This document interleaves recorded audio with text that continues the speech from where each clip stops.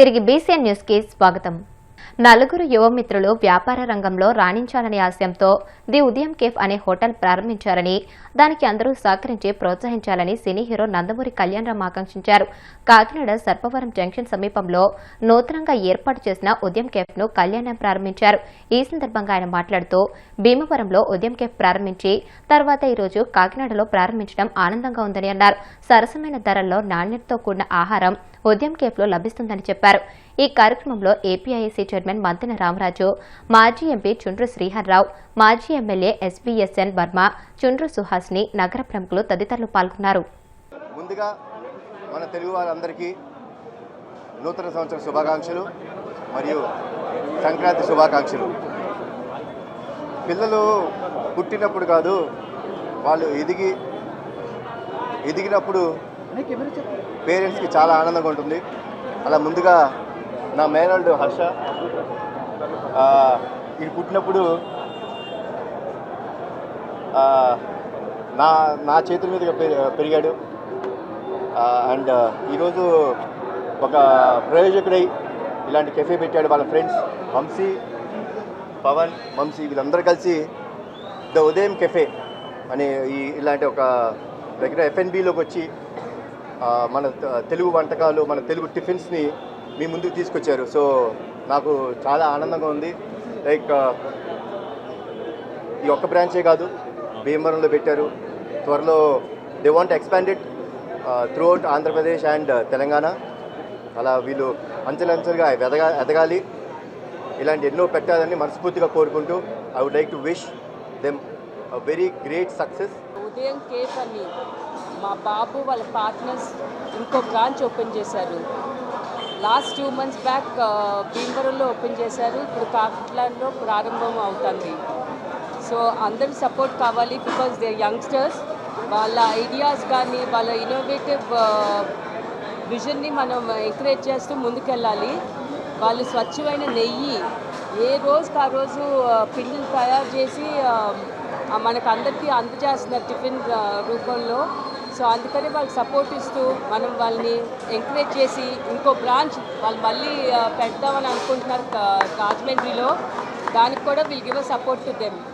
అందరికీ నమస్కారం. ఉదయంకే ప్రారంభించినటువంటి నందమూరి ఫ్యామిలీ వారిని ప్రత్యేక అభినందిస్తున్నాం. ముఖ్యంగా కళ్యాణరామ్ గారిని, అదేవిధంగా వారి మేనేజరు, వారి ఫ్రెండ్స్ కలిపి ఈ ఉదయం కేఫ్ అని ప్రారంభించడం. మొట్టమొదటిగా గోదావరి నుంచి భీమవరంలో ప్రారంభించి ఈరోజు అంచెంచెలుగా కాకినాడ, అదేవిధంగా రాజమండ్రి, విజయవాడ, రాబోయే రోజుల్లో హైదరాబాద్, వైజాగ్ అన్ని ప్రాంతాల్లో కూడా ప్రారంభించడం జరుగుతుంది.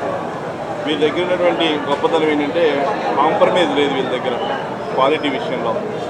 ఏ వస్తువు వాడినా, నెయ్యి వాడినా, లేకపోతే ఇంకొక ఐటెం వాడినా, ఏ ఐటమ్స్ కూడా క్వాలిటీ విషయంలో ప్రముఖ పాత్ర వహించి ముందుకు వెళ్ళడం జరుగుతూ ఉంది.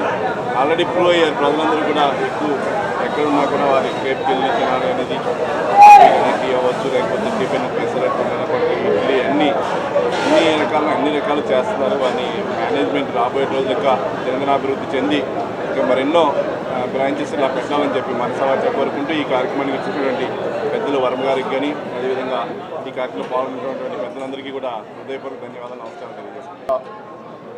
ఉదయం కేఫ్కి ముఖ్య అతిథిగా వచ్చిన మా కళ్యాణరామ్ గారికి, ఏదైతే ఇక్కడ ఉదయం కేఫ్ మరి ఈరోజు ప్రారంభోత్సవ కార్యక్రమం చాలా ఆనందంగా ఉంది. ఇది పెద్ద బ్రాండ్ భీమవరంలో ఆల్రెడీ ప్రూవ్ చేసుకున్నారు వాళ్ళు. మరి కాకినాడ ప్రజలకి ఉదయం లెగ్గానే పొద్దుట అల్పాహారం, అదేవిధంగా లంచ్ అన్నీ కూడా వెజిటేరియన్. గొర్రెల లక్ష్మీనారాయణ ఫౌండేషన్ ఆధ్వర్యంలో TDP state organizing secretary, Tadepalligudem పట్టణ మాజీ మున్సిపల్ వైస్ చైర్మన్ గొర్రెల శ్రీధర్ నిర్వహణలో ప్రతి ఏటా జరుగుతున్న మెగా క్రికెట్ టోర్నమెంట్ 7వ రోజుకు చేరుకుంది.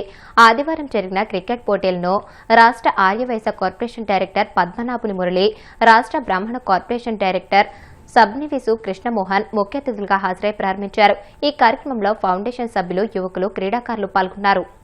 గత 9 సంవత్సరాలుగా గొర్రెల లక్ష్మీనారాయణ ఫౌండేషన్ ఆధ్వర్యంలో క్రికెట్ టోర్నమెంట్ పండక్కి పెట్టడం, తద్వారా 52 టీములు ఈ కార్యక్రమానికి రావడం, తద్వారా ఏదైతే ప్రారంభం నుంచి కూడా వివిధ రకాలుగా ప్రతిరోజు కూడా గెస్ట్స్ వచ్చి ఎవరైతే మరి ఇక్కడికి వచ్చి మా ఫౌండేషన్ తరపున ఆడుతున్న పిల్లలందరికీ కూడా విషెస్ తెలియజేయడానికి వచ్చిన ముఖ్య అతిథులు ఇప్పుడు దాకా వచ్చిన వారికి, అలాగే రాబోయే రోజుల్లో వచ్చే వారికి కూడా ప్రత్యేకమైన అభినందనలు తెలియజేస్తా ఉన్నాను.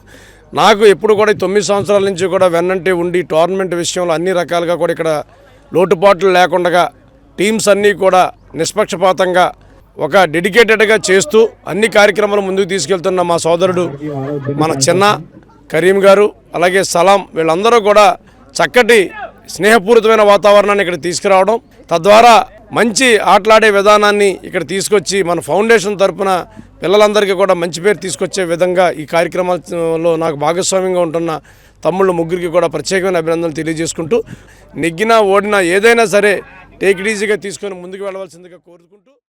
అన్నమయ్య జిల్లా గాలివీడు మండలంలో ఓ మహిళను 2 యువకులు కత్తితో బెదిరించి ఆమె వద్ద ఉన్న 2.18 లక్షల నగదును దోచుకుని పరారయ్యారు. ఘటనపై సమాచారం అందుకున్న గాలివీడు ఎస్ఐ నరసింహారెడ్డి దర్యాప్తు చేపట్టి నిందితులను అదుపులోకి తీసుకున్నారు. నిందితులు గోపనపల్లి గ్రామానికి చెందిన వారిని పోలీసులు తెలియజేశారు. జల్సాలకు అలవాటు పడి అప్పులు తీర్చలేక ఈ నేరానికి పాల్పడ్డామని విచారణలో నిందితులు ఒప్పుకున్నట్లు ఎస్ఐ వెల్లడించారు. 31/2025 తేదీన మనకి నూలివీడికి చెందిన పందికుంట ఈశ్వరమ్మ అనే ఆమె పోలీస్ స్టేషన్కి వచ్చి గాలివీడికి వచ్చి ఒక కంప్లైంట్ ఇవ్వడం జరిగింది. దాని సారాంశం ఏమనగా, ఈమె ఈశ్వరమ్మ తన భర్తతో కలిసి మన గాలివీడికి ఈ యొక్క బ్యాంకుకు రాబడి, ఏ బ్యాంక్ అది, స్టేట్ బ్యాంక్ ఆఫ్ ఇండియాకి రాబడి ఆమె వాళ్ళ అవసరాల నిమిత్తం బంగారు అక్కడ బ్యాంకులో పెట్టి హెడ్జ్ చేసి కుదవబెట్టి 2,18,000 రూపాయలు నగదు తీసుకోవడం జరిగింది వాళ్ళ అవసరాల నిమిత్తం. ఆ డబ్బు తీసుకొని అది ఒక బ్యాగులో పెట్టుకొని ఆమె నూలివీడిలో ఎంపీపీ స్కూల్లో పనిచేస్తుంది. అక్కడికి పోయారు భార్యాభర్తలు. పోయిన తర్వాత అక్కడ 2 అన్నోన్ పర్సన్స్ రాబడి ఆమెని కత్తితో బెదిరించి ఆమె దగ్గర ఉన్న ఆ 2,18,000 రూపాయల డబ్బు గల ఆ యొక్క సంచిని తీసుకొని మోటార్ సైకిల్లో పరారు కావడం జరిగింది. పాపం వాళ్ళు 2 భార్యాభర్తలు ఈ సంఘటనతో వాళ్ళు చేరుకొని స్టేషన్కి రాబడి 31వ తేదీ కంప్లైంట్ చేయడం జరిగింది. దాని మీద మనము ఒక స్నాచింగ్ కేసు, అంటే బ్యాగ్ స్నాచింగ్ థెఫ్ట్ కేసు కింద కేసు కట్టడం జరిగింది.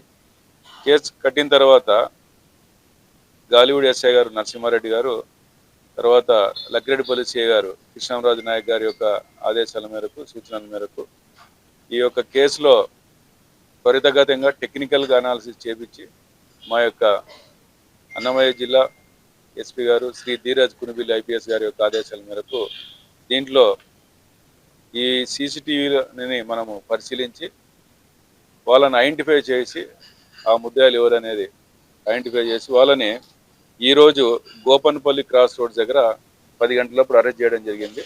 ఆ 2 ముద్దాయిలు షేక్ మహమ్మద్ వయసు 26 సంవత్సరాలు, తర్వాత ఇంకొకతను షేక్ బాబా ఫక్రుద్దీన్ వయసు 29 సంవత్సరాలు. ఇద్దరిది కూడా గోపన్పల్లి గ్రామము. వీళ్ళిద్దరు కూడా ఇతను మహమ్మద్ అనే వ్యక్తి కారు డ్రైవర్గా పనిచేస్తాడు. ఇతను ఫక్రుద్దీన్ అతను ఆటో డ్రైవర్గా పనిచేయడం జరుగుతుంది. వీళ్ళు చెడు వ్యసనాలకి లోనై ఈ యొక్క డబ్బుల కోసం అని చెప్పి వీళ్ళు మోటార్ సైకిల్లో రాబడి కత్తితో బెదిరించి ఈ యొక్క డబ్బులు ఆమె దగ్గర నుంచి బలవంతంగా తీసుకొని పోవడం జరిగింది. ఇది విచారించే వీళ్ళకి వాళ్ళకి మొదటి నేరం. ఇది ఇంతకుముందు ఎటువంటి నేర చరిత్ర లేదు వాళ్ళకి. అయినప్పటికీ కేవలం వాళ్ళు చెడు వ్యసనాలకి లోనే ఈ యొక్క దానికి పాల్పడడం జరిగింది. అయితే దీంట్లో ఏమంటే మా ఎస్ఐ నరసింహారెడ్డి వాళ్ళ యొక్క టీం దీంట్లో ఇమ్మీడియట్గా రియాక్ట్ అయ్యి వితిన్ 1 డేలోనే ఆ యొక్క టెక్నికల్గా అంతా కూడా అబ్జర్వ్ చేయడం జరిగింది. చేసి ఆ యొక్క అక్యూడ్ని కూడా ఈరోజు అరెస్ట్ చేసినాము. ఈరోజు వాళ్ళని రిమాండ్కి పంపడం జరుగుతుంది. కలియుగ ప్రత్యక్ష దైవం తిరుమల శ్రీ వెంకటేశ్వర స్వామివారిని సినీ దర్శకుడు అనిల్ రావిపూడి దర్శించుకున్నారు.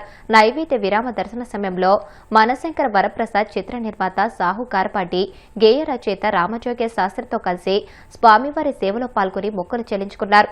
దర్శనానంతరం వీరికి రంగనాయకుల మండపంలో వేద పండితులు వేదాశీర్వచనం అందించగా ఆలయ అధికారులు స్వామివారి తీర్థ ప్రసాదాలు అందజేసి పట్టువస్త్రంతో సత్కరించారు.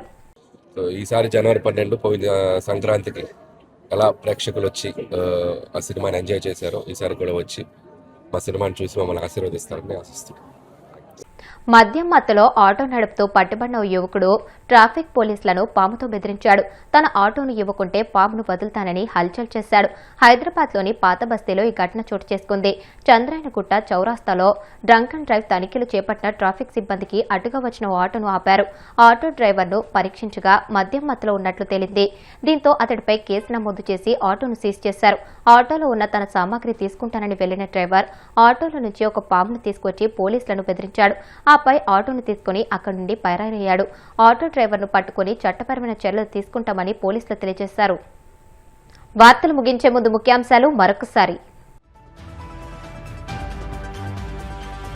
ఆగర్రు సొసైటీ వద్ద రైతులకు పట్టాదారు పుస్తకాలను పంపిణీ చేసిన మంత్రి నిమ్మల. ప్రభుత్వ రాజముద్ర క్యూఆర్ కోడ్తో కూడిన పాస్ పుస్తకాలను పంపిణీ చేసినట్లు వెల్లడి. రాష్ట్రంలో విద్యుత్ రంగాన్ని ఆర్థికంగా బలోపేతం చేస్తూనే ప్రజలపై భారం తగ్గించే విధంగా నిర్ణయాలు తీసుకుంటున్నాం. మంత్రి బాసంశెట్టి సుభాష్ స్పష్టీకరణ. తన వ్యక్తిగత ప్రయోజనాల కోసం సీఎం చంద్రబాబు రాష్ట్రాన్ని తాకట్టు పెట్టారన్న వైసీపీ మాజీ ఎమ్మెల్యే విశ్వేశ్వర్ రెడ్డి. ఆయనకు ముఖ్యమంత్రిగా కొనసాగే అర్హత లేదని ఆగ్రహం. తిరుమల శ్రీవారిని దర్శించుకున్న సినీ దర్శకుడు అనిల్ రావిపూడి. ఆలయ మర్యాదలతో స్వాగతం పలికిన అధికారులు. ఈ వార్తలు ఇంతటితో సమాప్తం. మరిన్ని వార్తల కోసం BCN digital YouTube channel, Facebook page ని ఫాలో అవ్వండి. అప్డేటెడ్ వార్తల కోసం ప్లీజ్ సబ్స్క్రైబ్.